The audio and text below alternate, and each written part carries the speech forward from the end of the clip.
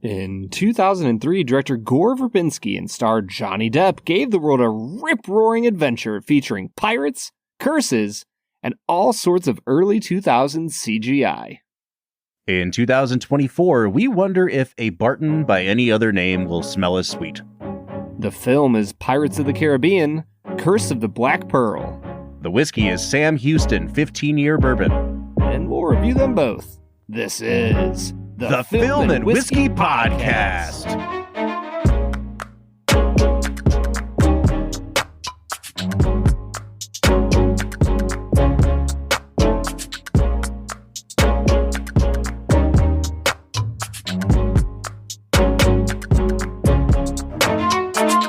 Welcome to the Film and Whiskey Podcast, where each week we review a classic movie and a glass of whiskey.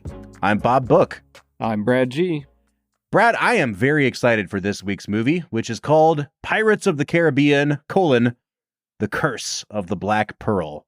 And I'm excited for it, Brad, for a number of reasons, but this feels like, in a lot of ways, a turning point for this season of the podcast. And folks, if this is your first episode with us, welcome aboard. This season, what we're doing is we're reviewing movies that were the highest grossing films of each year from 1988 to 2019.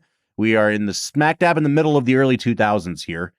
And we've been teasing, or I guess foreshadowing, what is to come with the Disney and Marvel-fication of everything. And this feels like the first real foretaste of what is in store for us, Brad. But it's also like a really interesting cross-section of a movie, because there's very little CGI in this movie comparatively, to what is to come for us. Oh yeah. There's a lot. I mean, there's hand-to-hand combat. There's swashbuckling. There's old school movie making here, but it's also a Disney film based on Disney IP. And so it just really feels like we're kind of situating ourselves at the apex here, and we're going to tip down into Disneyville from here on out, Brad. Yeah, I mean, the thing that I noticed that felt like a foreshadowing of what was to come was the bloodless violence. This is a incredibly violent movie, Bob. Oh, yeah. I mean, they are getting it in the fight scenes, which I love. Really, truly enjoyed. But there's no blood. And when there is, it's like I just pulled my sword out of somebody and I'm cleaning it off. Right. And it's very obvious, stage blood. But there's no actual blood spatters all over the decks of these ships, which, man, these things would be painted red because, wow, Gore gets after it in this, man. Yeah, I mean, this is a movie in which you see people get hit by cannonballs. And fun fact, Brad, I never knew this about cannonballs. All they really do is kind of lift you up off your feet and carry you across the room. They don't actually blow you apart. No, that's it, man. They're just transportation devices. Really somewhat ineffective for how they're portrayed in most other films. Oh, man. Okay, let's do this even before we get into the meat of our episode here, Brad. I want to situate ourselves in the year of our Lord 2003, where the highest grossing film of the year was actually The Lord of the Rings, The Return of the King, but we've already reviewed that film. Are you sure we can't review that again? I would be happy to, because what a movie. It's better than this movie. This is a good movie, but come on, folks. Yeah. It's The Lord of the Rings we're talking about here. It sure is. I think this is kind of a good comparison point to Return of the King, though. And here's where I was going to go. It was a really big deal at the time this movie was released that a Disney movie under the Disney banner, it was not just something Disney distributed under Buena Vista, which is their video marketing team, or Touchstone, or anything else that Disney had their hands in. It was a Disney labeled movie that was PG-13.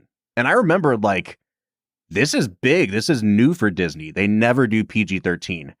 And I think that as you watch the movie, there's definitely some tension between how family friendly this wants to be and also how violent of a movie it is. And I think you've already kind of pinpointed, they try to get around it with the bloodless violence. But I definitely felt that tension kind of in the tone of the movie throughout the whole thing. Brad, do you remember where you were when this movie came out? And I mean, do you remember how big of a deal it was that it was a PG-13 movie? No and no. I am like the best podcast co-host you could have asked for, Bob. Well, that just means you have to take my word for it, which is even better.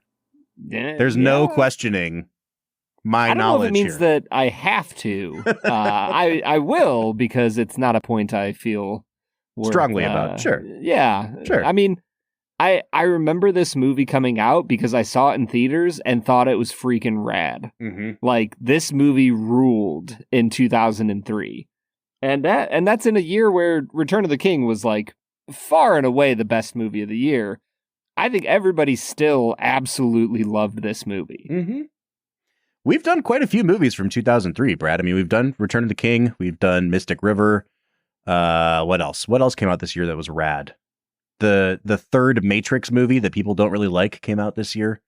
Ooh. The School of Rock, 2003, baby. What a year. Perfect 7.0 movie. Speaking of perfect 7.0 movies, let's talk about Pirates of the Caribbean some more, Brad.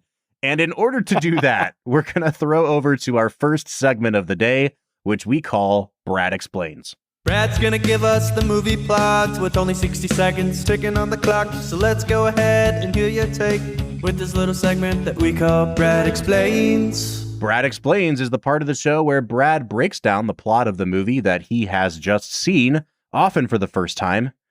Brad, how long has it been since you last saw Pirates of the Caribbean? I think Haley and I watched it maybe like 5 or 6 years ago.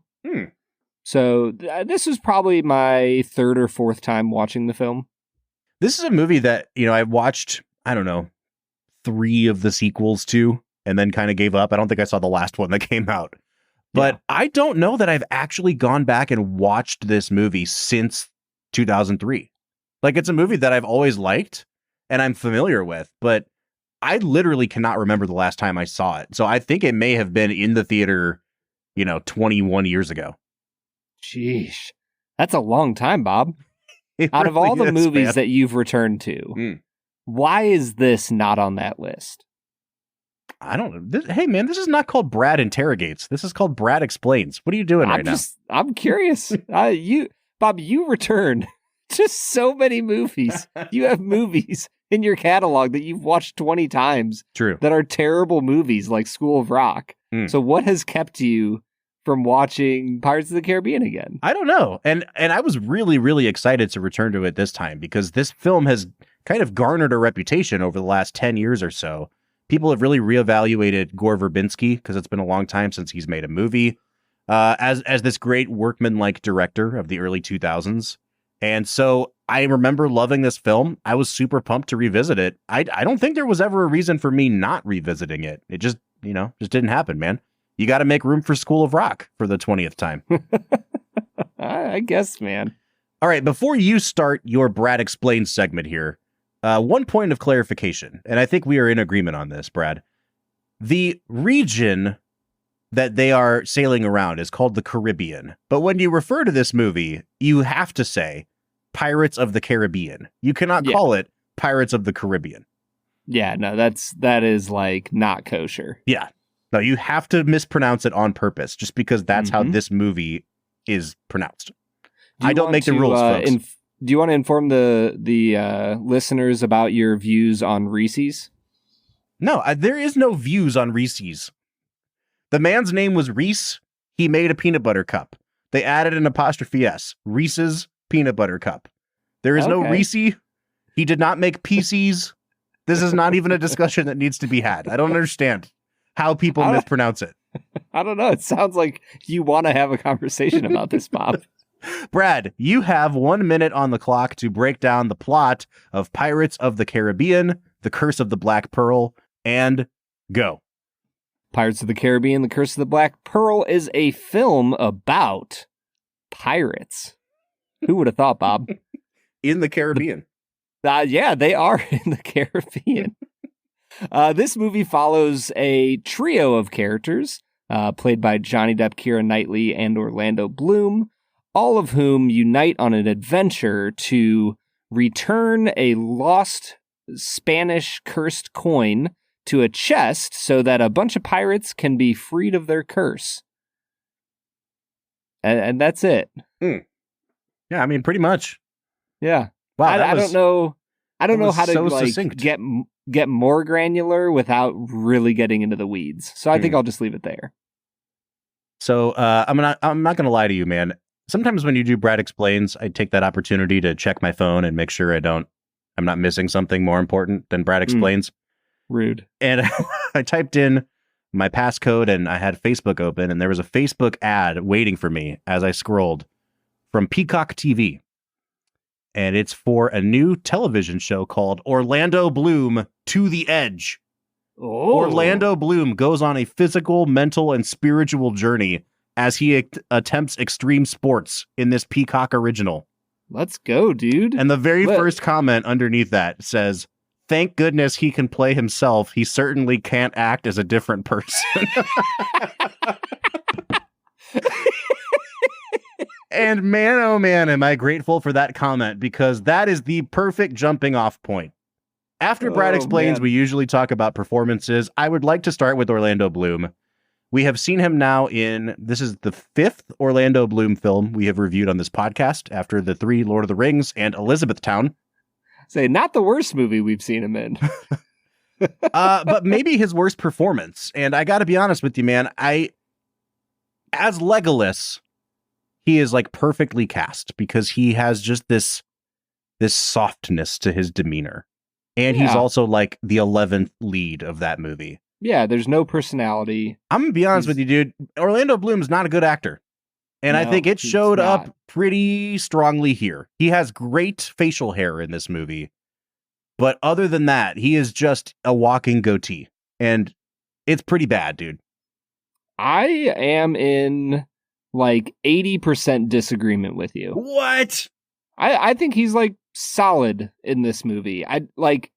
He is as solid as he can be. Because, fun fact, folks, Orlando Bloom, not a good actor. I think that this movie covers up for a lot of his flaws by allowing him to be very self-righteous throughout this movie. And I think that like playing self-righteous is probably one of the easier things to do, where he's just very sure of himself throughout the film. And I think that the little moments they give him where he's kind of questioning who he is and the things that he believes, he gives like just enough with his eyes and with his body language that I'm like, okay, I kind of believe that you're going through something right now.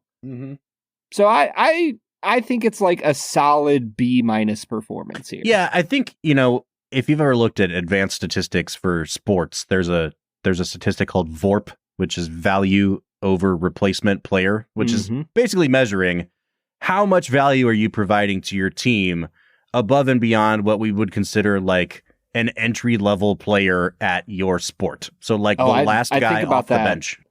I think about that all the time for replacements for you as my co-host. Yeah. Luckily, I'm knocking it out of the park in my podcast VORP. Usually. Orlando Bloom is like right on the edge, man, of being replacement level. I think you could slot in any number of young up-and-coming actors in 2003 into this role, and it's roughly the same or better. You know what I mean? Like we had a long conversation last week about Hayden Christensen. I don't know that you couldn't put Hayden Christensen here and it would be pretty much the same. Orlando Bloom is just very, very pretty, but I don't really think there's much else going on there. And you're right. In this movie, you don't really need that much else because there are huge characters elsewhere. But yeah, even like the character of Norrington, in a weird sense, has a bigger personality than him. Right? Like obviously he's this very restrained British commandant, but like the way he presents himself, I love the performance of whoever plays Commander Norrington, because he's incredible. I like how you couldn't be bothered to look up like the 4th lead of this movie. No, I love the performance of whoever plays him. Uninterested, Bob. His name's Jack Davenport, by the way. Yeah, Jack Davenport gives a great performance. Here's how little I remembered this movie. In the sequels to this movie, Tom Hollander plays like the evil British commander that is chasing Jack Sparrow. And he's so good. He's so good. I thought that he was in this. I don't even remember Norrington. Like, I don't remember this character at all. The guy was fine. Jack Davenport is fine. But I was a little bummed out when at no point in this movie I saw Tom Hollander. Yeah, I mean, that's an example of Vorp in movies, right? Like Jack Davenport does a solid job. I think he's like a solid B+ performance with a decently well-written character. Tom Hollander is going to knock it out of the park. Like, come on, man. Now, the reason that I bring up Orlando Bloom so quickly, I don't usually jump in with like, here's my least favorite person in this whole movie. Let's crap on him for 10 minutes. But it's because his counterpart in this movie, Keira Knightley, is so good in this movie, Brad. And I think that, I don't know that we've ever talked about, well, we did Pride and Prejudice. So we've talked about Keira Knightley, I think, one time on the podcast. I really think she is one of our best working actresses, and she has been at it for decades and decades now. We've become so used to her that we barely talk about her anymore, and I think her good roles are starting to become few and far between.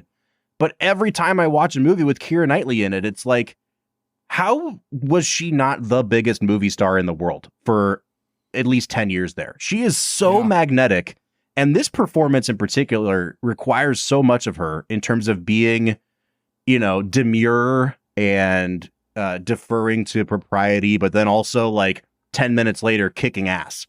Like, she has to be both Pride and Prejudice, and she has to be Marion in Raiders of the Lost Ark. Mm-hmm. And I think, go ahead. She does it at age 17. That was my next point. When this movie comes out, she is 18 years old.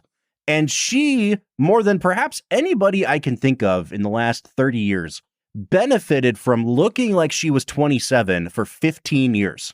Like, from the time she was 17 to the time she was 30 something, she looked like she was about 27 years old. So she could reasonably play the young romantic love interest in any movie.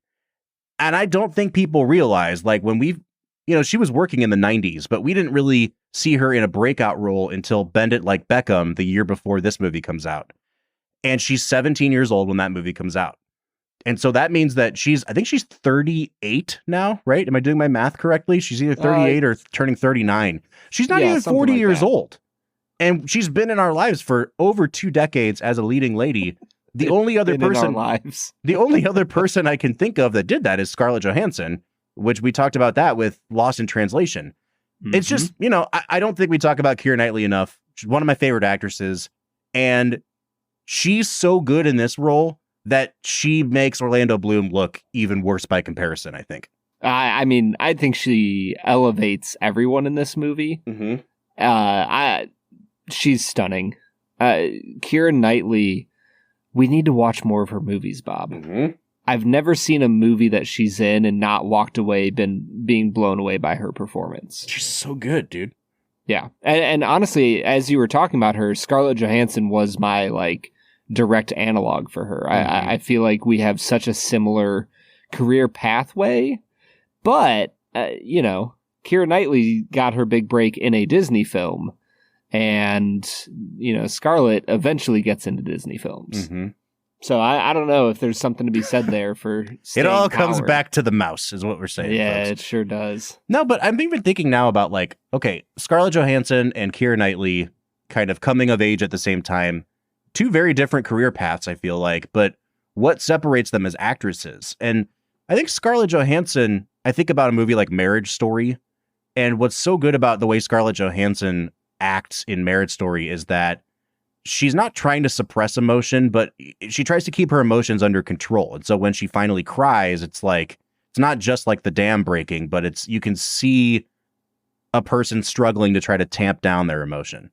And whereas Keira Knightley, I've always felt like she just kind of nakedly wears her emotions out there. Like, she always does the gasping for breath kind of cry. And she's just, she's much more suited for material like this. And I think that's why we've always seen her in period pieces. She's so good in Jane Austen. The movie Atonement, maybe my favorite performance of hers. But there's something that seems like a throwback actress about Keira Knightley. Like, she could have been the exact same kind of actress in like the 1930s and 40s, and it would have fit so well. I don't think her acting style is oversized, but I just think that there's so much more emotion worn on her sleeve. And I really like seeing that. It's kind of refreshing. Bob, I think that brings up the bigger question on everybody's minds. Why are Brits so much better at acting than Americans? Listen, man, it's times are tough over there. It's always gray. It's cold. Their food has no seasoning. This makes them better actors and actresses? They've experienced the depth of human drama and emotion just in their everyday lives. And so, yeah, it's easier to call that back up again. Because it's still the 1800s Industrial Revolution over there.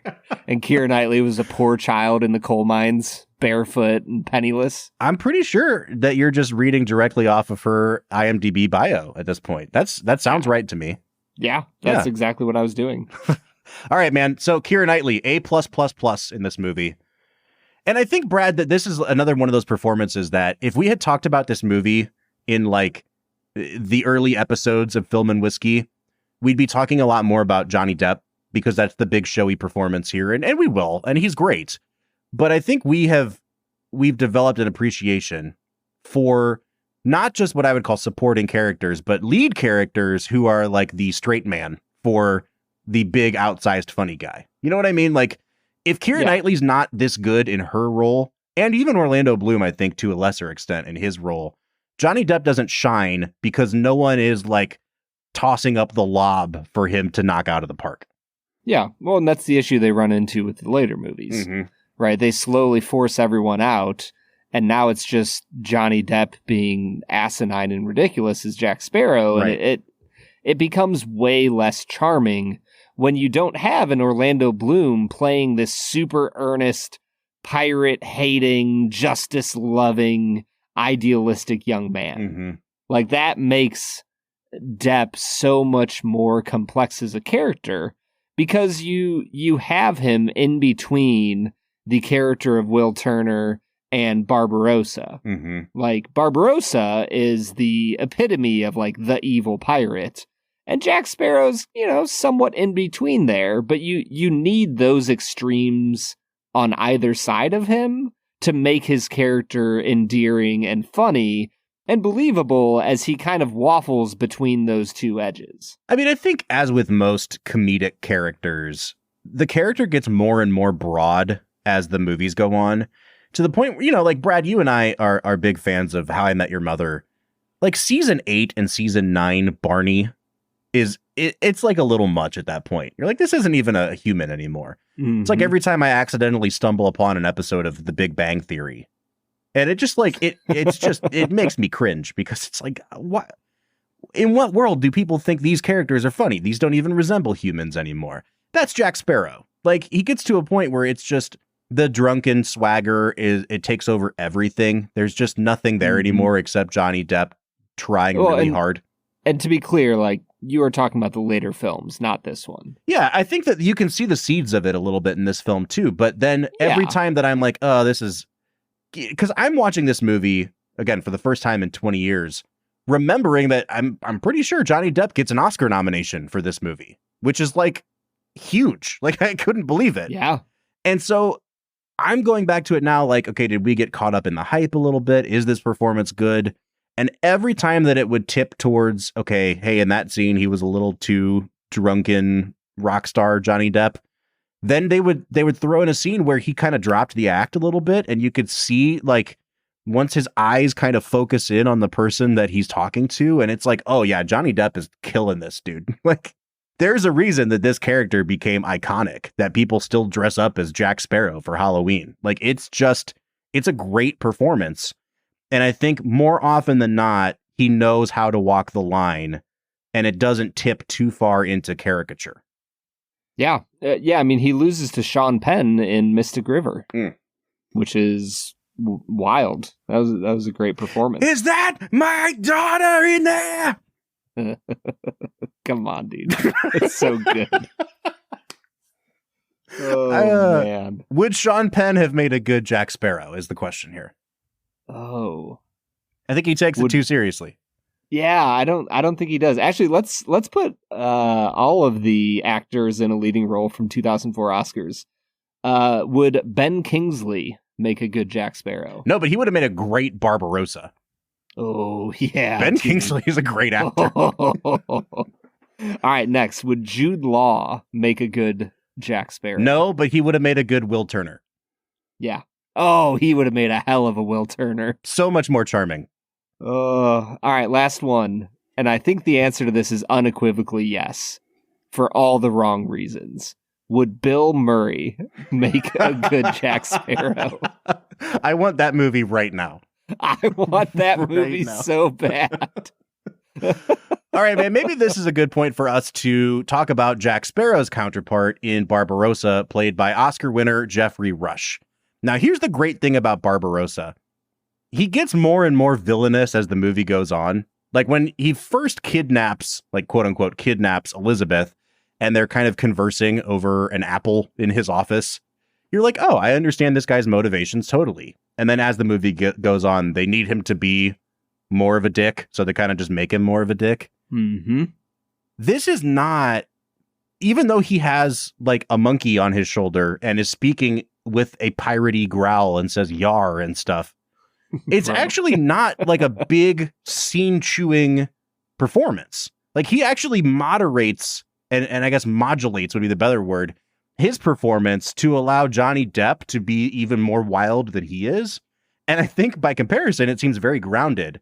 And I just want to say, like, that's why Jeffrey Rush in this movie and in all the later movies works so well, is because he's not competing against Johnny Depp in who can have the bigger performance. And that's the only reason that things stay balanced here. Dude, I came in here ready to say, I think that Jeffrey Rush might be the best actor in this movie. Agreed. Like, he is incredible. And I think that he's, technically, I think he's in the second movie. He's replaced by the one and only Bill Nighy in the second film, which feels like the perfect succession.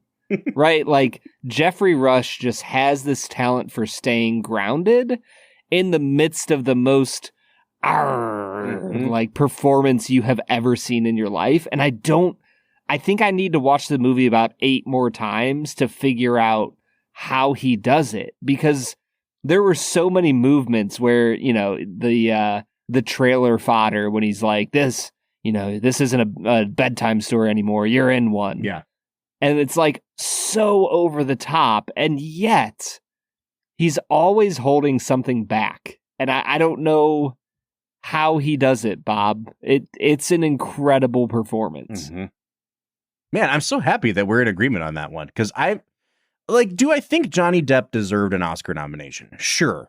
I don't think it's certainly not an egregious looking nomination, but it's not the best performance in this movie. It's the showiest performance. And I think what Jeffrey Rush is doing is actually much more dialed in and much more complex. Like it's hard to do this character without just becoming like a John Malkovich villain from like the late 90s and just going completely over the top with it. You know what I mean? Like he could have just said, I'm going to sink my teeth into this thing and I'm going to get in a shouting match with Johnny Depp and we'll see who comes out on top. And he zags, and I really like it, man. Yeah. When you're saying it could have been an old villain performance, it almost feels like he could have gone the Tim Curry route and just been so ridiculous in the role. But man, like you said, it is such a grounded performance, and he gives you all of the reasons for why he's doing what he's doing. I think what it made me think of was how our actions have consequences for our souls. What? And oh, you mean like the character? The character. I thought you were like Jeffrey Rush's performance made me realize that. Yes, that is exactly. You had a spiritual experience watching this movie, man. I'm sorry. Please continue. Yeah. I mean, the performance is a huge part of it. His ability to stay grounded is what kind of helped me realize that the slide into being more and more villainous isn't a result of the script just saying, hey, we need him to be villainous. It feels like an honest character arc of, yes, we're just trying to get back to being real human beings. And that seems like a good motivation. But then you realize as the movie goes on, like, he's also spent the past 10, 20 years murdering, raping, pillaging, like all of the evil things that the skeletal interior of his soul is who he truly is at this point. Yeah. It's a great character and it's a great performance. All right, man. I think we're in a really good spot to press pause here. I want to talk a little bit about the fact that this movie is based on a roller coaster. Like the existing story was just roller coaster, and they made this movie out of it. We'll talk about that when we get back from break. But what do you say we try some Sam Houston 15 Year? Let's get to it. Hey, it's Kaylee Cuoco for Priceline. Ready to go to your happy place for a happy price? Well, why didn't you say so? Just download the Priceline app right now and save up to 60% on hotels. So whether it's Cousin Kevin's Kazoo Concert in Kansas City, go Kevin, or Becky's Bachelorette Bash in Bermuda, you never have to miss a trip ever again. So download the Priceline app today. Your savings are waiting. Go to your happy place for a happy price. Go to your happy price, Priceline.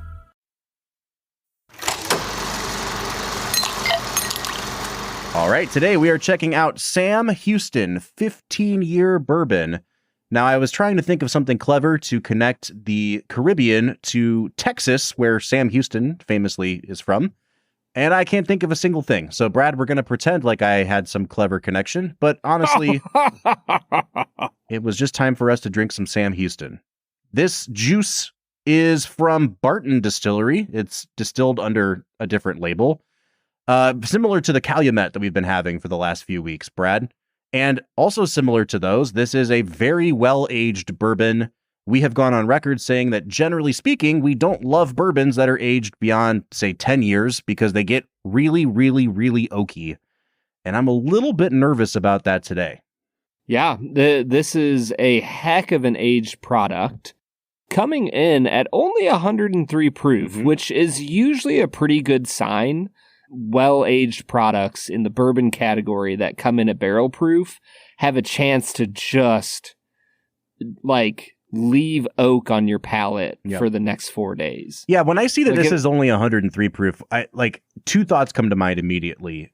And one is like, is this just too much flavor-wise at barrel proof? And or was so much of it lost to the Angel share over 15 years that they physically had to dilute it to have enough product to distribute. And so like, I mean, it's probably a little bit of both, but I'm also glad to see that it's not like 118 proof or something, because honestly, I just think diluting it a little bit might help kind of tamper down some of those insanely oaky notes we get. Yeah, but I think it's worth just jumping in here, Bob. As I got into the nose on this, I got some really nice dark cherry notes. The vanilla really came through strongly. There's caramel. It had a really nice, like, fresh bread kind of vibe to it. A little bit of, I don't know, cacao. It's a relatively nice, complex nose that I gave an 8 out of 10 to. Yeah, Brad, similar to a couple of those Calumets, this doesn't have any wheat in the mash bill, but it reminds me of a wheated bourbon on the nose.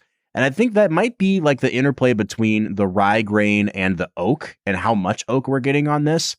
But I definitely get those notes of cherry that you're talking about. It reminds me of those cherry cola notes that we get on some of our favorite Rebel products, for instance. I get a lot of red apple peel on this as well. But other than that, I think your notes are spot on. There's a ton of vanilla here. The oak is nice, and it is more of like a toasted oak than a charred oak. But it comes across softer, and it doesn't have that sort of soured oak scent to it. I like this a lot, and I'm hoping that it portends good things here. I'm going to give it an 8 out of 10 on the nose. When I got into the palate, it stays in that kind of fruity vein. For me, it turned into like a bit of a blackberry currant kind of flavor. But the cacao stuck in there. That was a notable note for me. But other than that, Bob, it is oak on oak on oak. And there's enough other flavors going on here that I enjoyed it. I think it's a solid whiskey, but I came down a little bit from the nose. I'm at a 7.5 in the palate category. I kept trying to piece my thoughts together, and I thought I'd landed on something, and then it kept going. The flavor, I mean, it kept going. And then I had to revise my thoughts, and then the flavor kept going. And that's not a good thing here, Brad. So, like, I took a sip, and I'm with you. It was, like, really nice, really pleasant. Still that red apple peel for me, like a red delicious apple. I went to swallow, and it had that nice, dusty, kind of sawdusty flavor to it, and a pleasant amount of oak. When I swallowed it, it was like, it was a little smoky and a little bit bitter, but it was almost like the bourbon equivalent of a peated scotch. I was like, okay, I can still rock with this. It's not my favorite thing, but, you know, sometimes we like the fruitiness on a peated scotch, and then we swallow it, and then there's the peat, and it just is what it is. And then it just kept going. It turned really bitter. It got really ashy. There's like a cigarette ash kind of thing going on. And then it got more bitter and more herbal and like vegetal almost. And man, I just wish that they, like, I wish I could have put a hard cutoff on when my tongue stopped tasting, because it was going really well. And then it definitely tapered off. I'm going to give it a 6.5 on the flavor. Ooh, man. Yeah, I think that the finish for me is going to be at the 6.5. It just, there's some stuff going on the palate that just slowly dissipates into the black hole vortex that is oak. This is what Matthew McConaughey got stuck in Interstellar. It's just the oak from all of these 15, 20, 30-year bourbons. Yeah, man. And I have to be honest with you. I think that the first 60% of this tasting experience was the best one of these that we've had so far. I really liked where this was going. And then it was just like, it kept piling on itself. Mm-hmm. And I just want to be able to shake this bourbon and say, like, quit while you're ahead. You had a good thing going here. I'll give it a 6.5 again on the finish. It's not terrible. And once you know what you're getting, the second, third sip are not unpleasant, but it's just, it could have been so much better. Yeah.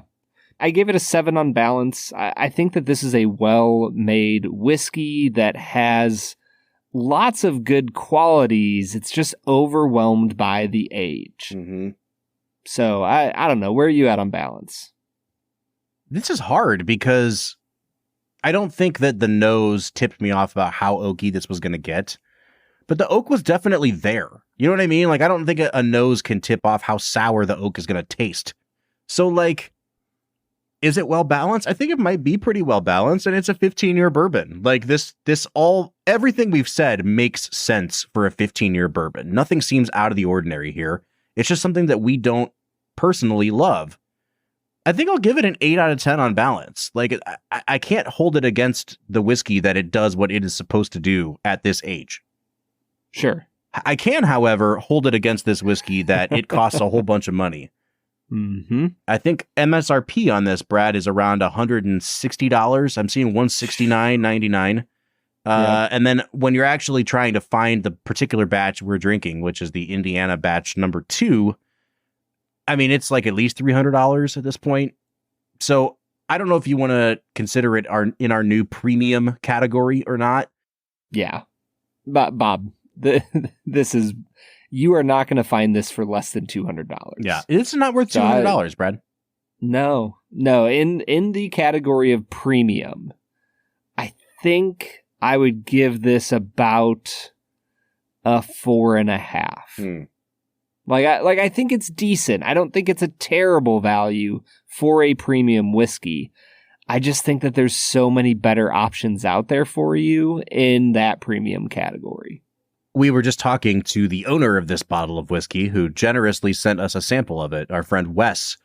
And he was basically saying that the way that he likes to price out things he buys on the secondary is the $10 per year rule. So at 15 years old, $150 for this bottle would be about right. So I think that if we were pricing it at $150, I'd give it a better score. The fact that you can't get it for less than at least $200 now, it's just not worth that much. I'm going to give it I'm with you, man. I'll give it a 4.5 on value. And that takes me to a 33.5 out of 50. Are you in the same place as me? Yeah, I sure am. Exact same score. I love it, man. So yeah, that was a pretty easy one, Brad. We're at a 33.5. If you were just scoring out like what's in the glass, does this drink like a 35 out of 50? Like, would you recommend the juice itself, Brad? Yes. I think that what is here in the glass is unique and interesting and somewhat complex on the nose, and then slowly that complexity just, it's a black hole, man. Yeah. I think that it's solid whiskey, but it gets lost in the age statement. Mm-hmm. I have nothing else to say, man. Wes, thank you again for your insanely oaky aged bourbons. But Brad, if I can just be frank with you, man, this is not my wheelhouse. No, nor mine, Bob. And that's crazy because like you're the one who loves bourbon, and I wish that I could say better things about this. But here I am. It's fine. 33.5. I will not recommend it. If you find it at a bar and you know what you're getting into, like go for it. Spend your money. But I wouldn't. Go for it. Spend your money. I love it, man. All right, let's get back into talking about Pirates of the Caribbean. What do you say? Let's get to it. All right, everybody. That was Sam Houston 15. Should have been Sam Houston 8. Yeah. And I think that they would have had a hell of a product. Oh, it would have been great, man. The end. Yeah, I have nothing else to say there. That's it. That's all, folks. You know what is a great product, Brad? Is it Canada's favorite segment? 2 facts and a falsehood. 2 facts and a falsehood. Brad is gonna try to stump you, Bob. 2 are right and 1 is wrong. 2 facts and a falsehood. 2 facts and a falsehood is the part of the show where Brad presents me with 3 items as fact about the making of this movie, one of which is a complete lie. Brad, right now I am sitting at 10-6 on the season because I got 2 unfortunate losses a few weeks ago when our guest led me astray. This is our 16th episode of season 8. So after today, we're halfway through the season. Halfway through. Yeah. It always kind of jumps up on me by surprise. I didn't realize we were already that far into season 8. What are your thoughts on the first half of season 8? Think back to I've all had the a movies blast. we've watched. Yeah, the 90s were a wild time. Yep. Like for a few years there, I was just kind of like above average on them. Independence Day, Men in Black. But like, man, True Lies, The Fugitive, come on, man. It was a hell of a decade. I can't remember exactly where I heard it, but there's a writer named Chuck Klosterman, and he was on a podcast once, and he was talking about this idea of kind of like how with increasing technology, culture actually doesn't change as much anymore. Like you think that things speed up now, but things that were made 20 years ago feel pretty much the same as they do now. Whereas in prior generations, things accelerated so rapidly. Think about movies from the 40s versus the 60s versus the 80s. Yeah. And I think that this is kind of what I'm seeing here. Like, we got distinct phases of movie making between the Rain Mans and the Batmans of the world to even The Fugitive. And then in the late 90s, your Independence Days, your Men in Blacks. And now it kind of feels like this is the last gasp of old movie making. And pretty much everything from Transformers through Endgame is going to feel like the exact same thing. And so, like, I will miss the variety. I think that's what's been really nice about the first half of this season is we've gotten a ton of variety here. Mm-hmm. Do you want to hear my theory, Bob? Let's hear it. I think that the internet has homogenized humanity. And, like, we thought that it was going to be this great thing that allowed us to discover each other's uniqueness.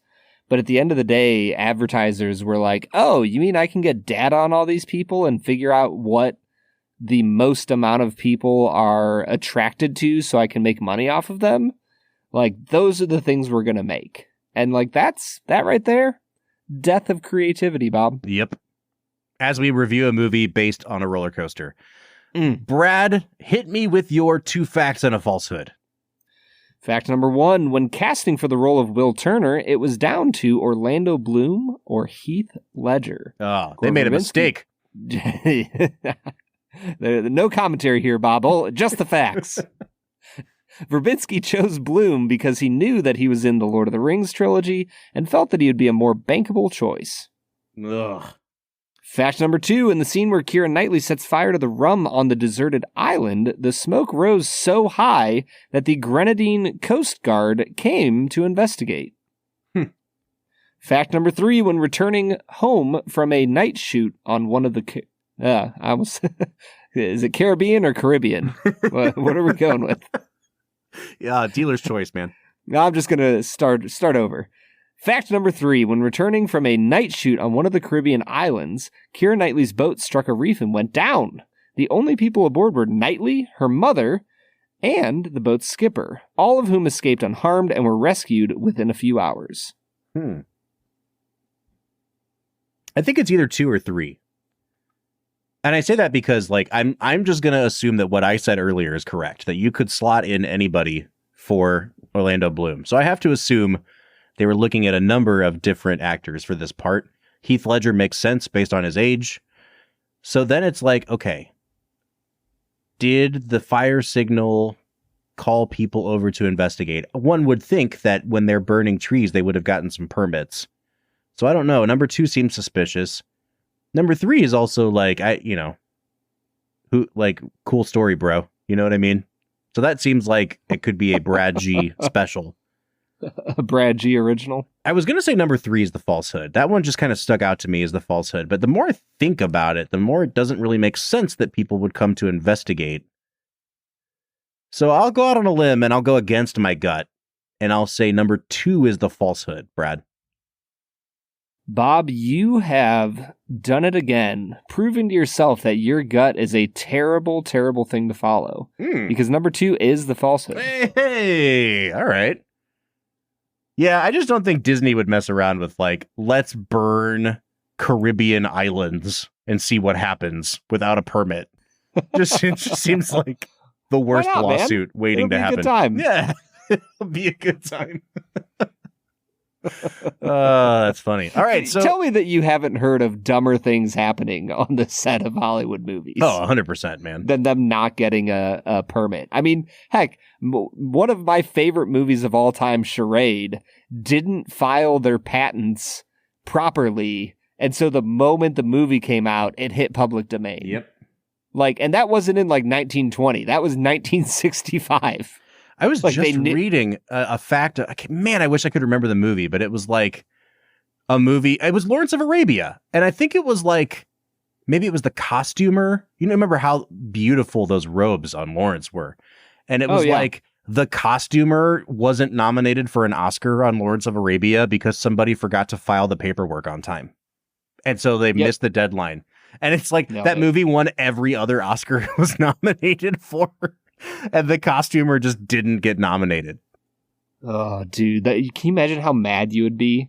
Oh, my gosh. Wait, come again? I spent all that time and effort, and I'm not going to get recognized by my peers because you didn't file paperwork? It's crazy, dude.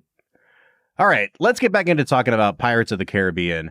Brad, very famously, this movie is based on a roller coaster. Now, my first question to you, have you been to either Disney World or Disneyland, and have you ridden the Pirates of the Caribbean ride? As I said earlier, Bob, no and no. Oh, I don't remember you saying that. I'm sorry. I must have been scrolling and looking at the Orlando Bloom reality show. It was a answer to a different question that you asked. Oh, okay. But got it. My answer to most of your questions, whenever you ask 2 in a row to me, are no and no. You've never been to Disney? Not a single time in my life. No. Wow. No, when I was growing up, my dad worked in the construction, in the trades. And in Cleveland, you pretty much get laid off from like December to like late February, early March. And so our vacation, you know, everybody else would come back in the fall from summer break being like, yeah, we went to like Hilton Head or Disney. And I would come back from Christmas break and be like, I went to Iowa to visit family, and it was like 20 degrees colder and like 20 more inches of snow. So that was my vacation. Okay, so the answer is no. You have not been to Disney. The answer is no, but the story. Oh, man. The real pirates were the friends we made along the way. I think that's what you're saying here. Am I right? All right, so I've never ridden Pirates of the Caribbean. That might be one that's only at Disneyland, if I remember correctly. Anyway, it's very famous. You go on the thing. The pirates are animatronics, but they're also spooky. I don't know how much story they give you when you're riding the ride. Like, is there a narrator? Are they telling you about this curse? Who's to say? But apparently Disney in the early 2000s thought this is a great idea for adapting into a fully fledged movie. And I remember thinking, this is the dumbest idea for a movie I've ever, like, even as an early teenager, I was like, this seems desperate. Like, what are we doing here, folks? And then the trailer came out and I was like, maybe that's not going to be so bad. And then I remember opening up the movie. I used to look at the movie reviews like every week in the newspaper, and it got 3.5 out of 4. And I was like, oh, this might end up being a good movie. And, you know, fun fact, it was a good movie. But I just can't believe, like, we talk now about how soulless and hollow the adapting all of the IP stuff is. Disney's been doing this for a long time, folks. And like, it's so funny to me that we now forget that they just based a whole movie off of like, what if Roller Coaster was movie? I mean, is that, man, I am loath to say it, but I might defend Disney a little bit here. Like, is that the worst thing to do when coming up with a movie? No, I don't think so. I do think, though, that like, it's a balancing act, and it's one that Gore Verbinski really nailed, and all the writers on this movie too, because you want to replicate, I guess what I'd say is like the feeling of being on a roller coaster. You want this to be like a rollicking adventure, but it's not really related to like you are on a roller coaster. There's not like a lot of POV shot. Like, this could be filmed like a first person shooter. You know what I mean? And I'm really glad they didn't do that, because they took the experience of like, why do we go on a roller coaster? Why do we want to go on a roller coaster that's kind of spooky? And they're like, let's expand that into a movie going experience rather than just like, we have to actually replicate what it's like being on a ride. Because I feel like there's a version of this movie that is that, and that would have sucked. Well, and that's the beautiful thing about what we got here, is that I don't know if I have seen many action adventure movies that have perfect pacing the way that this film does. Mm-hmm. Like, walking away from this viewing of the movie, as the movie went on, I kept waiting for the slow part where it dragged. Right? Because every action adventure movie has the slow part in the middle where it drags a little bit, and you have to put up with a little bit of exposition or like explaining why the bad guys are doing what they do. And even when those things kind of come around in this movie, they are so well done and they're so action oriented, and they thrust you through the movie at such a fast breakneck pace that it feels like you are on a roller coaster without any of the gimmicky things exactly. a lot of directors would do if they were told, make this like a roller coaster. Yep. Yeah, they replicate it through good movie making, not through gimmicks. Yep. Yeah. It's so nice to be in agreement with you, Brad. But I wonder what kind of audio are heartburn? Is that because of the heartburn that you get when we disagree? I do wonder, like, what kind of audio are we producing today? Because we're both just like, yep. And then there's 5 seconds of silence. And then we're like, I guess we have to move on to the next thing now. We're not arguing. It's like Skip Bayless and Stephen A. Smith just like agreeing for a whole episode. Yeah, that would be incredible. Worst first take episode of all time. All right, man. So what else have we not hit yet about this movie that you want to make sure we discuss? Because I'm pretty much tapped out. It's a really good movie. It's fun. I'm not sure if it's the classic that it's been reevaluated as, but I'm also not gonna say many words against it here. So, Brad, I think you're a little bit higher on this movie than me. What am I missing here still? The soundtrack. Bob. My guy Hans? Dude, well, first off, technically credited. I don't think Hans is credited as the composer for this movie. Because he steals everything, man. Well, I've heard that said to be true. What I do know is that the entire like Pirates theme is based off of like one little bar from Gladiator. You know what I'm talking about? Mm-hmm. Yeah, because you mentioned it in the Gladiator episode. Yes, he took that and he gave it to his minions, and they turned it into the entire Pirates soundtrack, and it freaking rocks. Like any good action movie, adventure movie needs great music. And like I'm even thinking about like the theme to Spider-Man from 2002. Yep. Like that theme freaking rocks, and it makes that movie incredible. And I think the same thing is true here. Yeah, this has this really charming, I don't want to call it cheesiness to it, because it's like this big, bright, percussive, almost like overbearing soundtrack. And I think that if this movie was being made today, the soundtrack would sound very different. It would have no recognizable themes, because that's just how movies get made now. But like, it'd be much darker. It would be much kind of more ambient and in the background. And this movie's like, no, every time you see British soldiers punching skeletons in the face, we're going to throw in like, it's so big and brash that you have to respect the 2003-ness of it. And like I miss movies like that. I miss when movies were like fun, swashbuckling adventures that did not take themselves too seriously and didn't feel like they had to double down on being grounded or gritty or realistic. Mm-hmm. This is a movie about a roller coaster where pirates turn into skeletons. Like, what are we, like, just have fun. And I think the soundtrack embodies that. It's not taking itself too seriously. It is a really cool theme, but like, it's a little cheesy. And I love that about it. Yeah, it's cheesy in all the right ways. Mm-hmm. And I think that the same, like, that can be said for the whole movie. Like, when I think about Jeffrey Rush's performance, it's cheesy, but like in all of the right ways, hitting all of the right notes. Yep.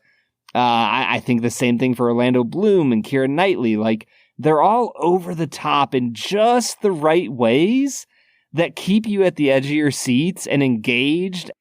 This is one of the true summer blockbusters.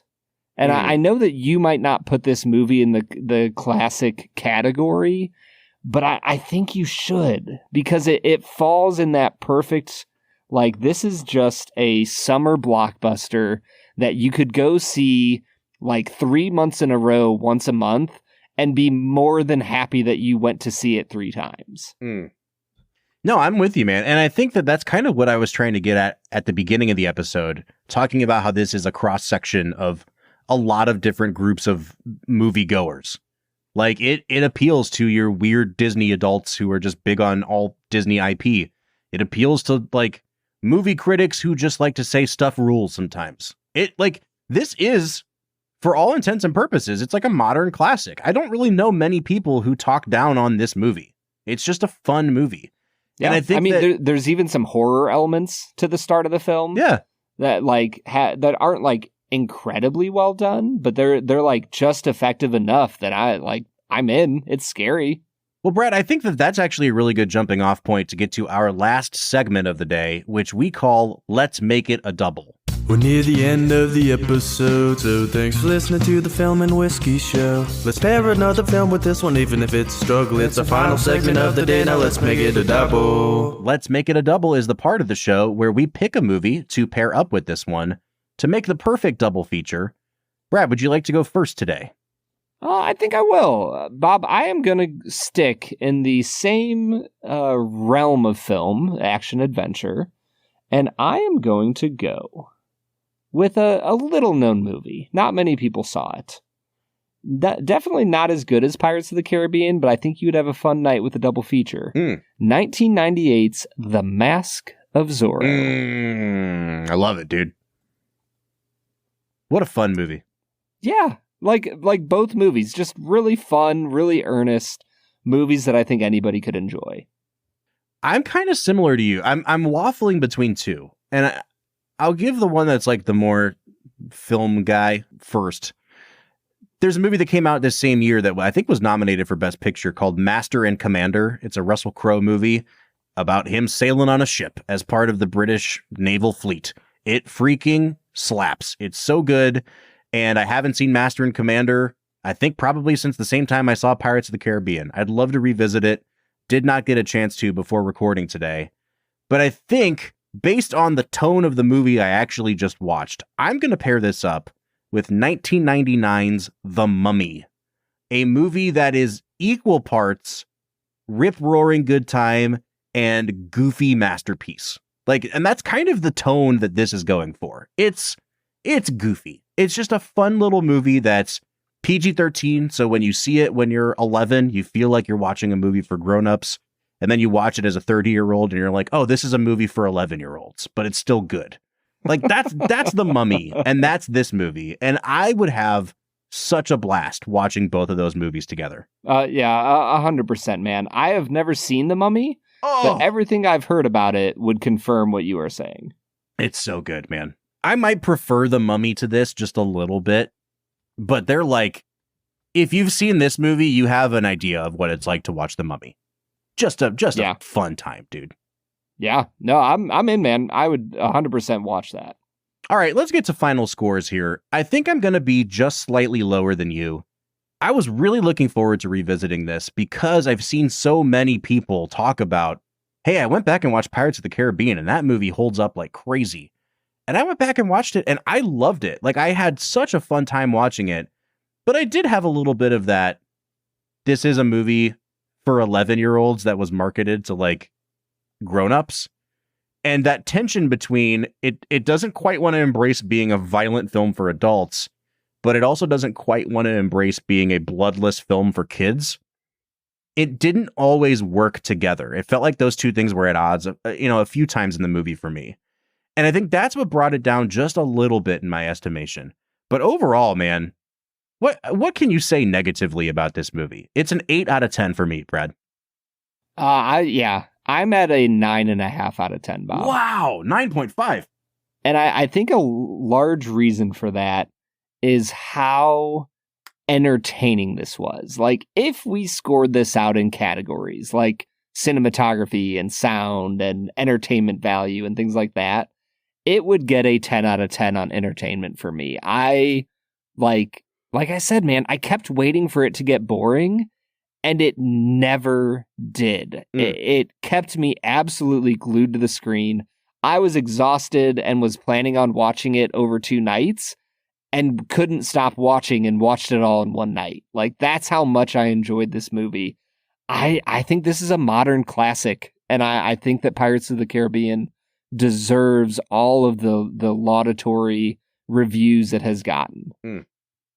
All right, so there it is. I gave it an 8. Brad gave it a 9.5, which puts us out at an 8.75 out of 10. But we'd like to know what you think. First of all, we're in agreement here, Brad. This is the best of the Pirates movies, right? Oh, far and away. I think the second one has cooler effects, but this is the best movie.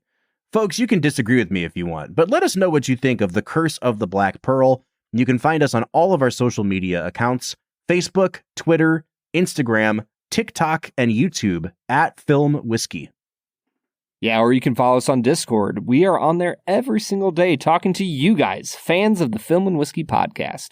So if you'd like to join the conversation, you can find a link to the Discord at the end of every single one of our show notes. I don't know that there will ever be a harder pivot, a weirder left turn thematically than this week to next week in our podcast, Brad, because next week... No. I don't even want to say it, man. It feels weird. Next week, we're watching Mel Gibson's 2004 film, The Passion of the Christ. And boy, oh boy, is that different than Undead Pirates.